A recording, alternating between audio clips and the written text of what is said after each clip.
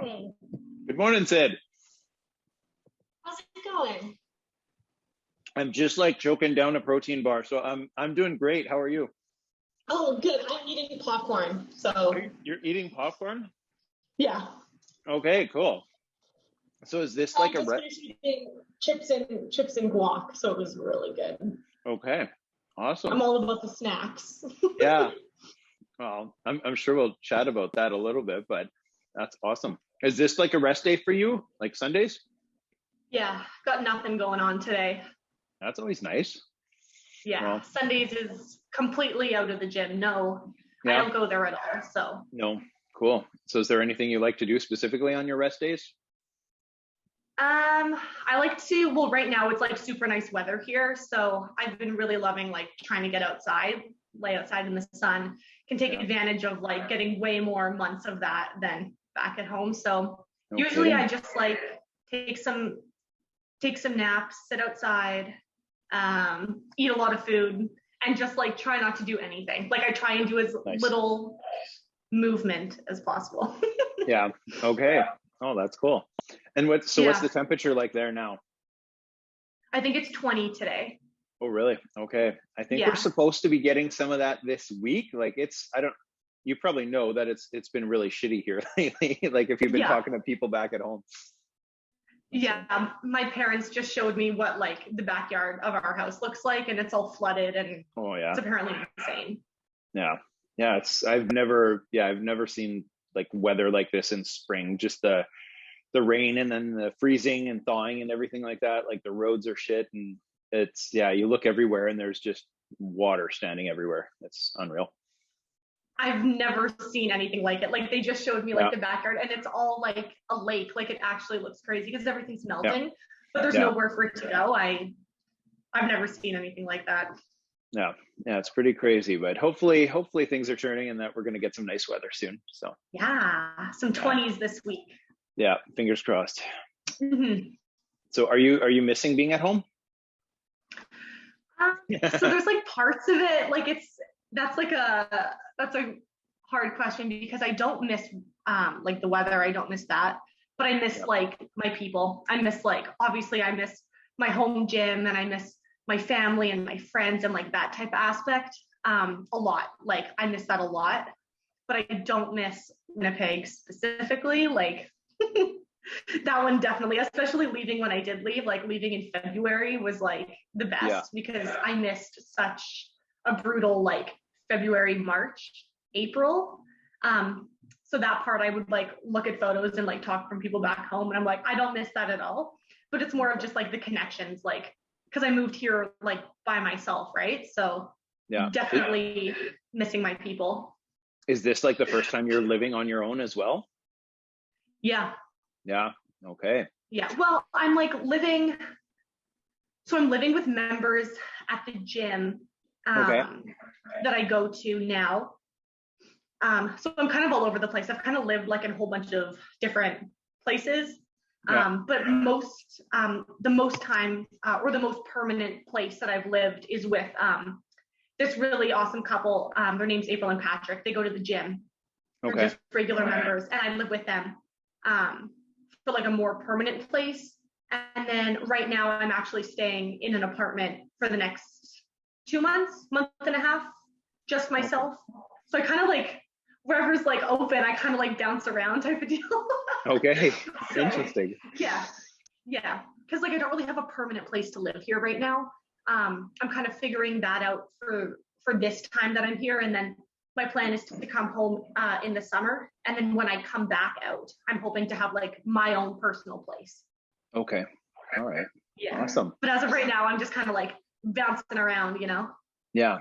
Well, it's nice having somewhere to stay and you're not like sleeping on a park bench or anything like that. So that's good. Oh, yeah. I have so many, like I genuinely, people here are absolutely incredible. Like I have so many options, like Yeah. to live with people. That's incredible. And I'm staying in a lady's house or a lady's apartment that goes to the gym as well, but she's going home and she's not here for a while. So now I have like my own space for like close to 2 months. So yeah, everyone's like so nice. Like I would never be not with a place to stay. Oh, that's awesome. Yeah. Well, I know I sent you a bunch of questions, right? Did you take a look at them at all, or Oh my God. no? Okay, that's fine. Questions. Yeah, that's We fine. can just go off we can just, Yeah. uh, No, it was just like, I don't know, have you done like a podcast before or like anything? yeah. Have, okay. All right. So I was like, I just want to throw some stuff at you just so that like, you have some time to like look at it and be like, oh, don't ask me this or whatever. But yeah, whatever. I'll just throw it out at you. So Yeah, kind of that sounds great. I cool. must have missed it or something. That's okay. That's okay. We So can just go off of whatever. yep. Nope, that's cool. So yeah, I kind of wanted to maybe start out with like, what was it like, growing up? Were you athletic at, to get to where you are right now? Like, it's kind of like Yeah. looking back, like from when you were a kid and stuff like that, what was your physical activity like growing up, like, all that kind of stuff. Yeah, so I've always been like very physically active. Like that would kind of just be like my thing. So even when I feel like my earliest memories of just like being active was like in kindergarten or grade one, like at school, like my recess activity was like playing on the monkey bars. And that was like my thing. Like I feel like I went to school to go on the monkey bars at recess. Like that was like my purpose. Like I just fell in love with all things gymnastics, like all things like hanging and swinging from the monkey bars. Like that was my first love. And then my parents were like, she needs to go in gymnastics. So I went very, very quickly into gymnastics by probably like the age of 4. And I fell in love with that. So that was like my first love sport wise. And I competed gymnastics until I was like 13 years old. So that was kind of like my first introduction to sports and being athletic. And I just loved anything that involved like moving your body and stuff like that. So gymnastics was an easy type of like transition, and competed there till I was 13. And then I was like, I don't really want to do that anymore. You kind of got to decide at that age if you're going to like go full in or not. And I was like, I want to try volleyball. And for some reason, I was just like really drawn to that sport. So then I ended up playing volleyball until I was 19. So I took that, I turned that into a scholarship for myself to go to university, to go to school. So I played from 13 till 18. I made the University of Manitoba women's team, and I played there for 2 years, I think 2018 and 2019. Okay. And I found CrossFit in 2018. So kind of gymnastics and volleyball was my background, but kind of, I feel like gymnastics set me up to kind of pick whatever sport I wanted to do after that. Yeah, just because like the body awareness and the athleticism. Yeah, and like I'm also I'm short to play volleyball. Like I'm 5'6". So all growing up, I was able to play in the front row until I hit university. And then it doesn't matter how high you can jump when you go to university. Like if you're not over 5'10", like you're getting put in the back row. So I just felt fortunate. Like I just gained a lot of body awareness, and I was pretty athletic, so I was able to play in the front row and be like a good player all the way up until I was 18. And then I feel like my athleticism helped me make the university team, which was a goal of mine when I started back when I was 13. So gymnastics for the win for sure. Okay, awesome. Yeah. And so when you were doing gymnastics as a kid, how many hours a week were you putting in? I think I was on the lower end of being competitive. Like I wasn't doing the crazy like 20 hours a week type of deal. Yeah. No, I think I stopped when that was the point where it was like, hey, like if you want to do this, you can do it or not. Like you kind of got to choose. And I think I stopped right before I got to the crazy stuff. So I was probably in the gym, I'm going to say 4 or 5 times a week. Okay. So a decent that's still amount, a good amount. Yeah. Yeah, maybe like 2 to 3 hour practices. Okay. Well, all right. Yeah. Yeah, that's still a lot of volume for a kid, right? It is a lot of volume, and I loved it too. Yeah. Okay. Oh, that helps. I know like my daughter's in gymnastics now. She just goes to KIPS like 1 hour a week just to kind of like try it out and get her feet wet and see if she likes it, sort of thing. I know an hour a week isn't a whole lot, but it's just kind of like, get out, see if you like it. And, post COVID, we didn't know if there was going to be like lockdowns and stuff like that still. But is there any COVID out there, by the way? you mind me asking? Oh, there definitely is. Yeah. Okay. Like I got COVID the week of quarterfinals, so it's definitely here. Okay. All right. Just like it's less, I don't want to say serious. Yeah. Like there were mask mandates in the different, I guess you can say towns. Yeah. So, but they're all like lifted now. Okay. All right. Mm-hmm. Cool. Still floating around for sure. So yeah, it's not going to be gone for good. So no. So you're saying like you're obviously very competitive in volleyball and in gymnastics when you were growing up. Were those like the main two sports that you played, or did you do like other stuff as well, just for fun even? Yeah, those were my main two sports, but I did run track in high school, and I would say I was very competitive there. I just didn't have any time to do it like as an extracurricular, like outside of school. Okay. So track and field, doing the pentathlon, that was my event in high school. So the pentathlons, high jump, triple jump, 800 meter, 100 meter, and shot put. So you compete in all five, and then you get like an average net score for those five. So that was my event in high school, and I was very competitive there. I loved it. If I wasn't going to university to play volleyball, I had a track and field option. Oh, so cool. I was, so that was, it wasn't a tough decision. Like I knew like volleyball was obviously my thing, but I still really like track and would definitely have done that. Okay. Yeah. Cool. So you got into CrossFit, you said 2018, 2019? Yeah, May of 2018 is when I think I joined Team Robo. Okay. And then how did that start? How did you get into that, and what did that look like? Do you know who Kelsey Jordan is? The name sounds familiar. I can't put a face to it though. Okay, so I know her from, well, I played volleyball with her. So she was the setter on our university team. So I grew up playing against her in volleyball. And then we ended up on the same university team. So she's the same age as me. So we were in the same recruiting class. And that's when I first met her. But she's done CrossFit out of CrossFit Rocked in Brandon for, like, with her family for years and years and years. Like, she's been doing it for forever. So when I met her, we played a whole season together. And then that summer, she was like, hey, I do CrossFit in the off season. Like, you should try it too if you want. And I was like, ooh, that sounds fun. So Kelsey Jordan is the reason why I do CrossFit now. Because she was like, I think you'd be really good at it. You should try it in the off season. So May is about when our season ends. So I just like Google Maps, like the closest gym to my house. And it ended up being CrossFit Roborian at the time, but Team Robo now. And just like drove there, and the rest is history. Never left. Okay. Yeah. So you tried a class out, got hooked, and then just kind of kept going from there. And so was there ever any goal of like going to the games or being like highly competitive in it, or you had that competitive personality going into it already? So what did you think when you started?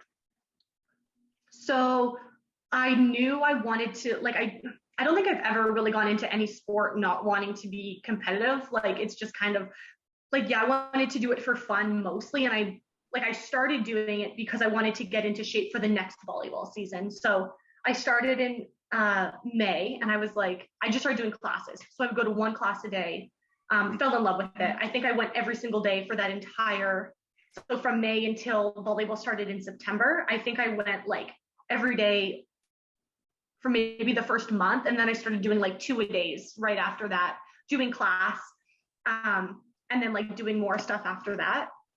And I didn't have any goals of going to the games. I didn't even really know what the CrossFit Games were back then. I was just trying to get in shape, or more in shape, to play volleyball, because volleyball was still my thing. Like, I was going to play another season in September. So that was kind of the thing. And then by September, so I'm going to say by January of the following year, so by January of 2019, I was like, in the middle of my volleyball season, I was just like, this is it. Like, this is my last year doing this. Like, I want to make the CrossFit Games. Like, I had known enough of it by then. And I was like, really wanted to spend as many hours as I could in the gym. And I was like, I think this is something I could do. Like, I kind of want to go for it. So cool. So yeah. so spending that hour plus a day in the gym going into your volleyball season in September, how did you feel going into that season? Or were you turning heads and were people like, holy shit, like this girl's gotten pretty fit and pretty jacked, or what? Okay, so this is the funny thing. Like, that translated to no volleyball skills whatsoever. Really? like I did not play. I probably, in my entire 2-year volleyball career, I probably played a total of 8 minutes. So there's really nothing that we can compare to like volleyball skill wise, but Okay. people were definitely like, whoa, she's really getting like more jacked, or like she's lost a little bit of weight, or just like all like little things like that. Like, because I wasn't allowed to be doing this. Like, I was doing this completely under the radar. Like, I had to have stopped so I could do it in my off season, but by September came around, like I was fully committed to the university team. Like, if people found, well, people did find out, but if my coach found out at that time that I was doing that and playing volleyball, like that would have been a big no. Really? So I was kind of just, people were just kind of like, oh, you look really good. Like, and I'm like, thanks. I'm, I'm just eating well, that's it.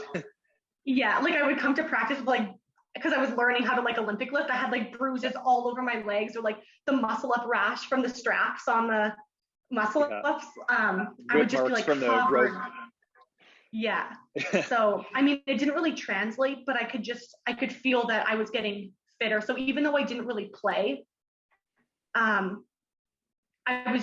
knew that I was getting better. And at that point, I was like, I don't care if this translates to volleyball, because I knew that I was going to be done after that year.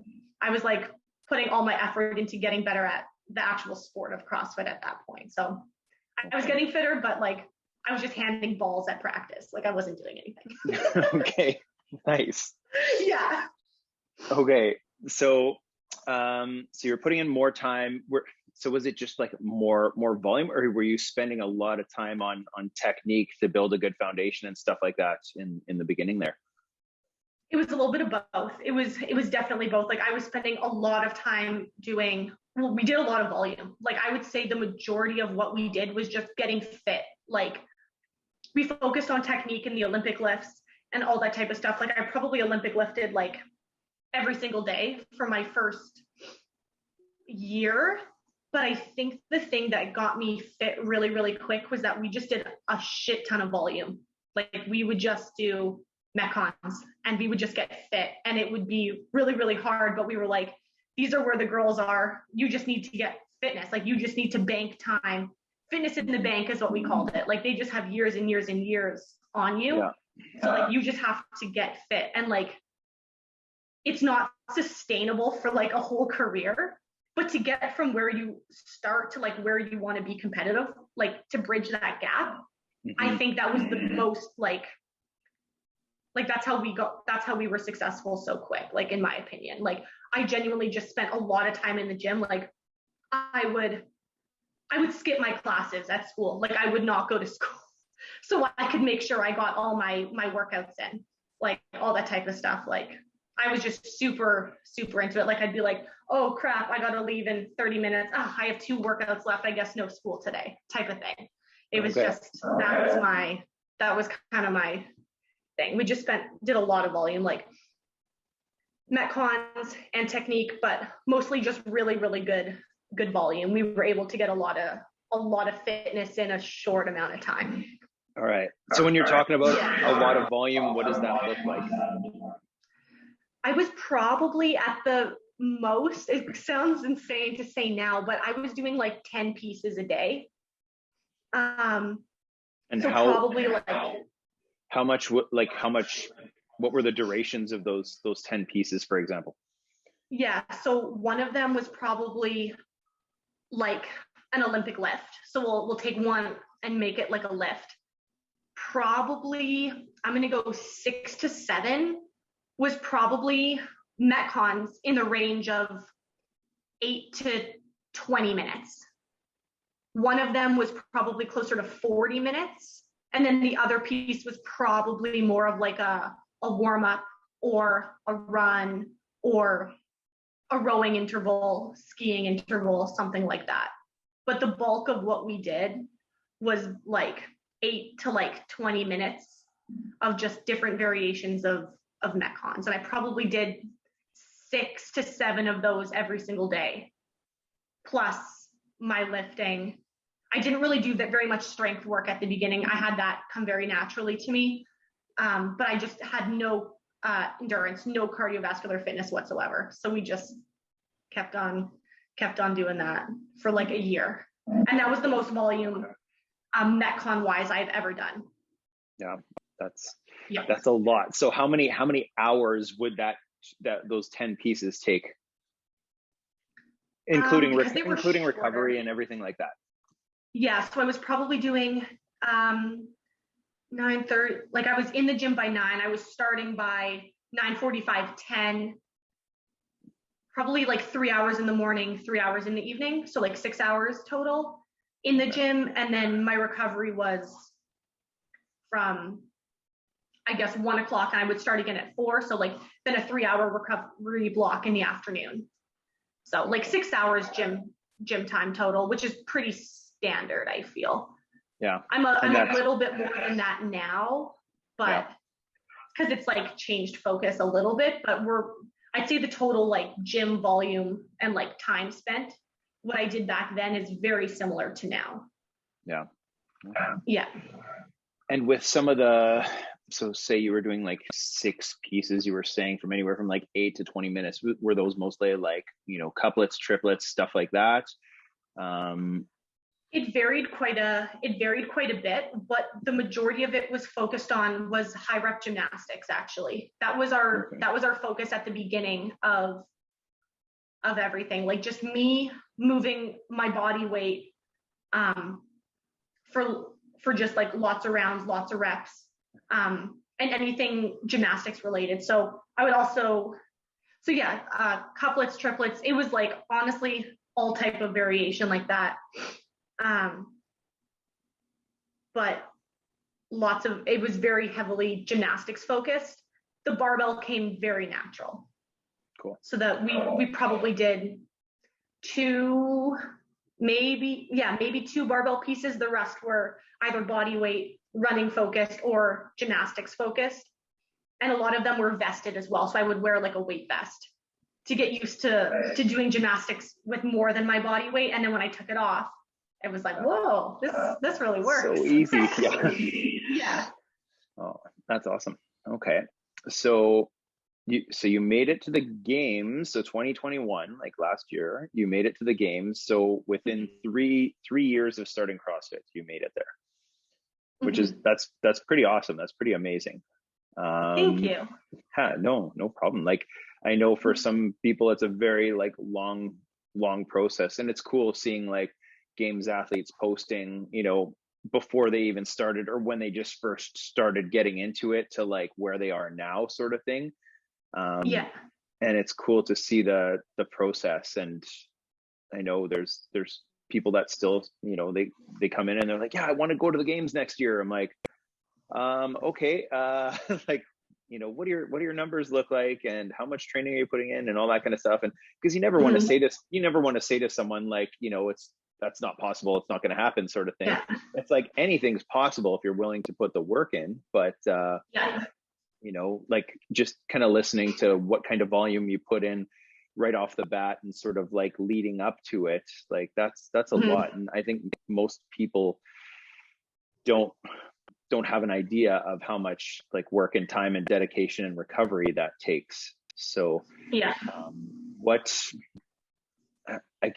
did that look like or feel like? Because you had the goal of going to the games, right? So what did that look like, over, the years that you were doing that, like recovery wise? Did you feel like you were giving up a lot to do that sort of thing?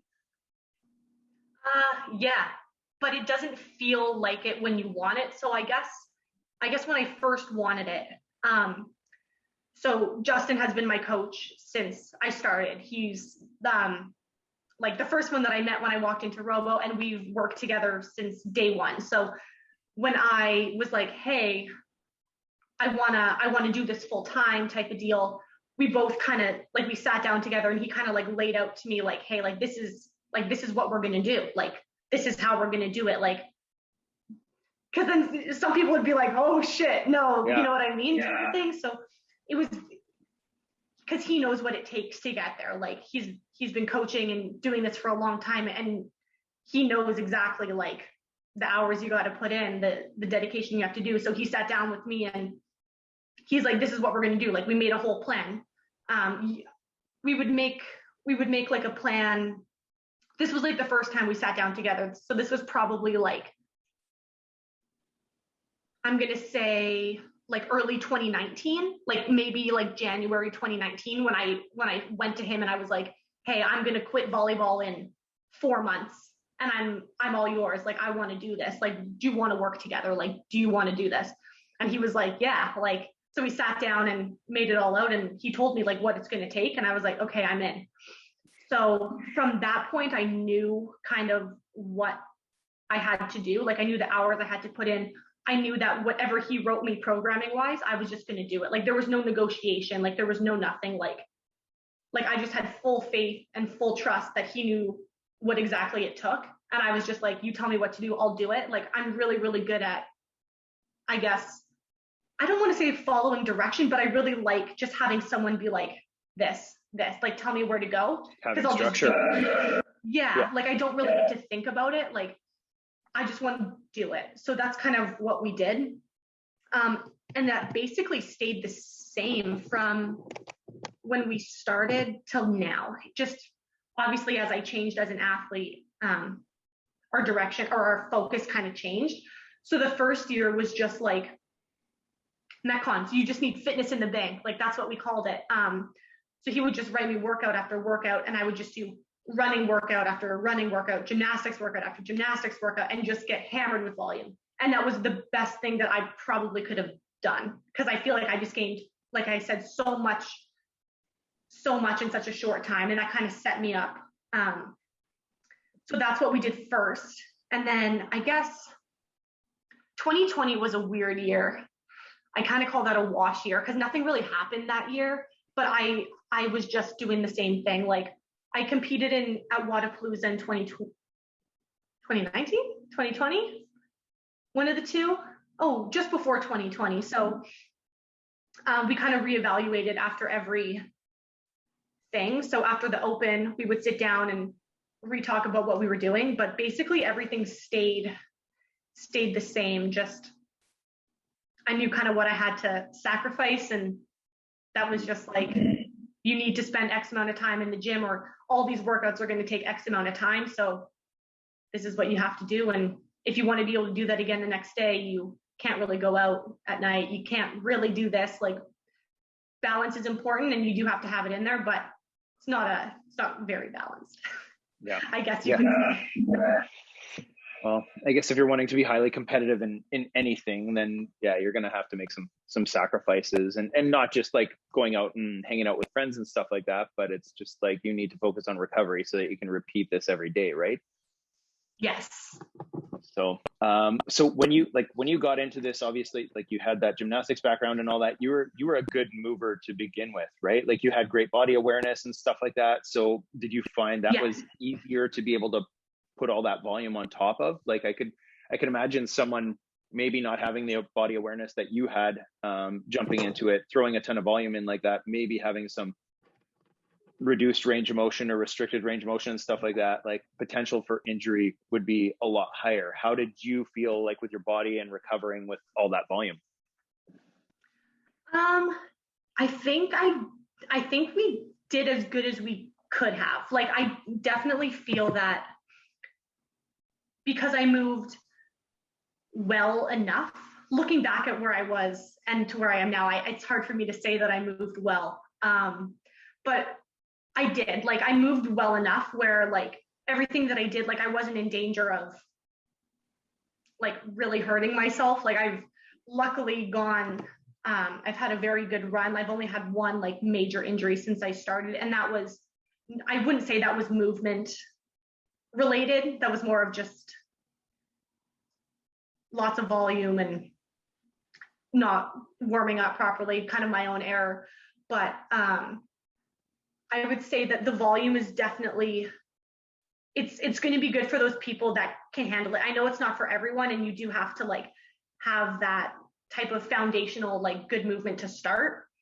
So gymnastics definitely helped. Like if I wasn't able to squat, or if my overhead mobility was terrible, I definitely would have been super injured. Like you really got to like go into that cautious. No, for sure. Okay. Yeah.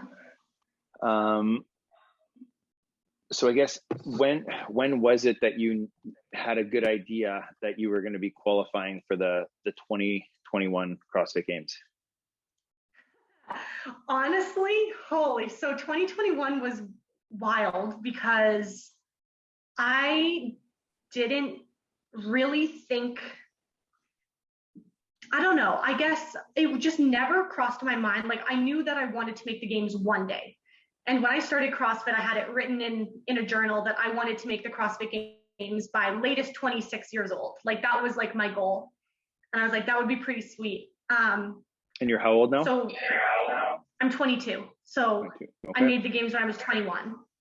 Awesome. So I guess I knew that I had a legitimate shot after quarterfinals of last year. So I placed 15th in North America in the quarterfinals last year. And then I was like, holy shit, they take the top 20 at the games. And then I kind of was like, you can fucking do this. Like, you got this. So that kind of like lit a fire under me. That was like, you got this if you want it. So I kind of just changed my mindset to like, you are a games athlete. Like, this is your year to get it. And then it happened. So I wasn't going into 2021 being like, this is your year. The Open went really, really well for me that year too. But I know it's just the Open and like, it's not too serious, but the Open kind of gave me a good confidence going into quarters, and then quarters gave me that fire to be like, go to your semifinal and it's yours if you want it type of deal. So yeah, I guess after quarters. So what was it like to get that email, to open that email with your official invite? That was probably the craziest moment ever. I remember I was sitting at home in our little patio room with my parents and registering for the CrossFit Games, like probably 2 weeks after I qualified, and probably one of the best moments like to date. Like it really is special when you get that, because something that so many people dream of, and I was very fortunate to be able to have that happen that year. Yeah. And your parents, like, how have they been along this journey? Oh my gosh, they have been so supportive. Like literally from the time I was as young as I could remember, like wanting to do gymnastics, like they have been so supportive with everything I've wanted to do. I couldn't do this without them. Like they're truly like my biggest fans. Like my dad is obsessed. Like he knows all the stats. He knows everyone. He knows exactly where I place. Like even I don't even know where I place in some workouts or whatever. And he can like recall it off the top of his head all the time. So they're just stoked to be along with me for the journey. So yeah, it's unbelievable. Yeah, that's awesome to have that support. And then like even people at your gym and stuff like that at Robo, like it seems like everyone's just behind you for this, and it must be an amazing feeling.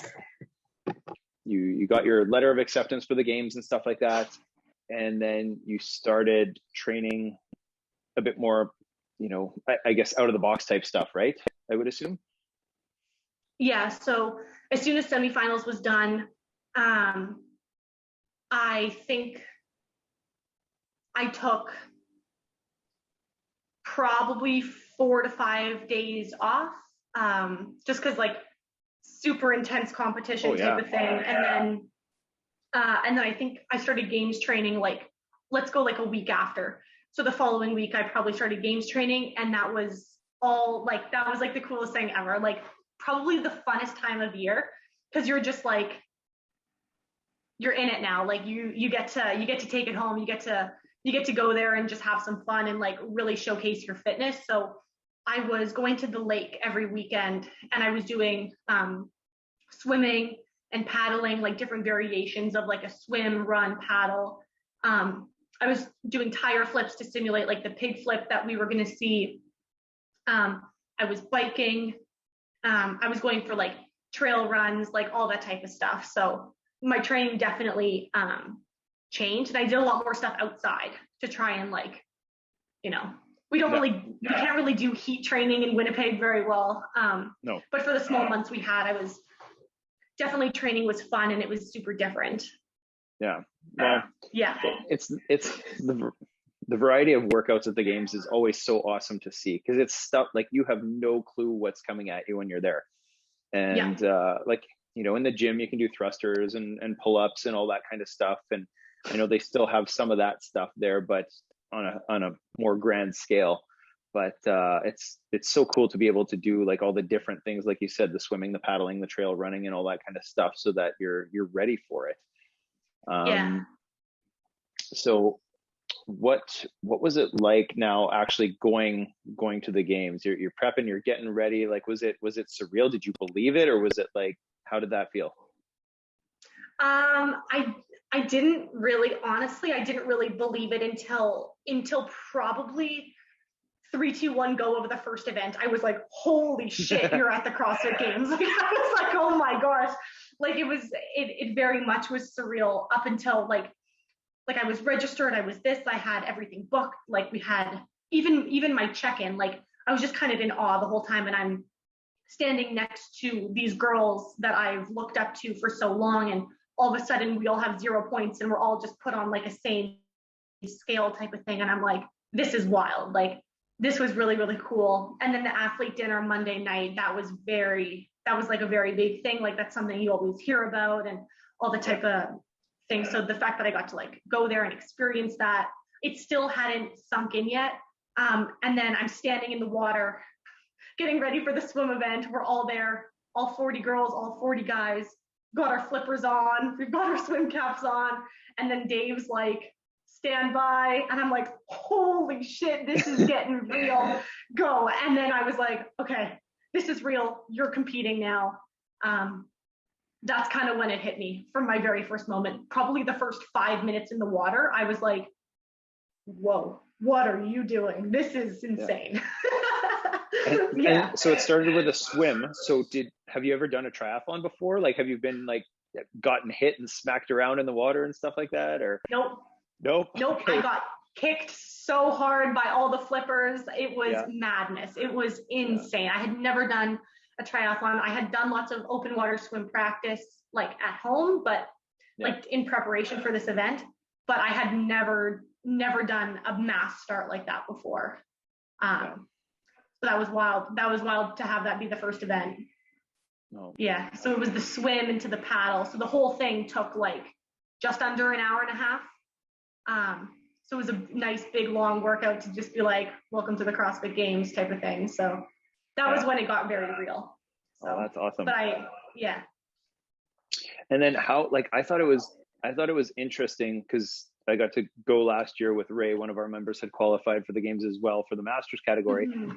How you get to like warm up, and then you do nothing for like 40 minutes or whatever, give or take. It depends on the event. But I remember like we warmed up for the running event, and then it was like 40 plus minutes later that he got to start running, because it was raining and stuff like that. But that was just like, I was blown away by that. Like, you warm up and then go and sit and wait and cool down completely. But you got to get really good at just doing a lot of stuff really cold.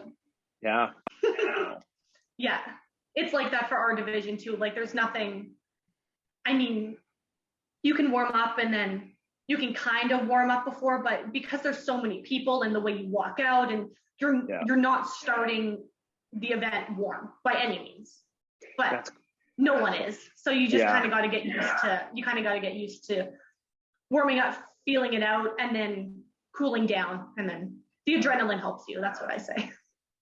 That's crazy, because anytime you're doing like a short, intense workout, like you want to be perspiring a bit, you want to have your heart rate elevated a bit, just because like otherwise it feels like you got, someone jumping on your chest when you start. So I was just blown away that they go from like 0 to 100, and it's like, all right, let's try to hang on. Yeah, it's wild. It's a different feeling for sure. So what was it like doing events like out on the field and stuff like that, using the Zeus rig? Like, what was that like? It was really, really cool. So probably my favorite event of the whole weekend was one on the field. It was event 2. It was the pig flip muscle up workout. The Zeus rig is wild because the straps are so long. And I love muscle ups. Like, it's one of my favorite movements in CrossFit. So doing it on the long straps was like really, really cool. The only thing is, like, they're very high and they swing like crazy. So when you drop down, you're like, you can't really jump back up even. Like, you kind of got to get used to having the rings be swinging all over the place. So you kind of got to figure that out. And the pig flip was really, really cool. So we got like 3 touches on it, like, before the event. So, like, not a whole bunch. But it was really cool to try and, like, almost figure that out mid-workout. Like, that was a really cool thing for me. So the field is wild because it's really, really hot on there too. I remember the run toes to bar workout. It was like, I don't even know how long it was. I think it was like 3 miles total and like 90 toes to bar. And I just remember people just dumping little cups of water like all over their head, because every time you got back onto the field to do the toes to bar, your chalk, like, it was just like getting like paste like in your hand because it was so hot. So the field was cool. It's fun because then you also have the element of, like, the sun being in your eyes when you're trying to jump up to the bar, like where you're going to put your chalk, like, just so many different elements when you work out outdoors that I think it's just super cool. Adds a little bit more preparation and strategy into, like, what you're doing too. Like, where are you going to put your chalk so you don't, like, step on it, or so it doesn't get too hot, or, like, are you going to wear your sunglasses for this movement but not this movement so you can see but they're not going to fall off your face. Like, there's just so many little things that go into it that I just think it's really cool. No. And is that stuff that you would kind of, like, practice during training and stuff like that too, and thought about? No. Okay. So that's something that, like, I hadn't really practiced or thought of. Like, that's kind of something that you don't really realize is a thing until you're there. Yeah. So you bring your big aviator glasses or whatever, and it's like, oh shit, I shouldn't have worn these. Yeah. So, like, I didn't wear sunglasses because I'm, like, not comfortable working out with them on.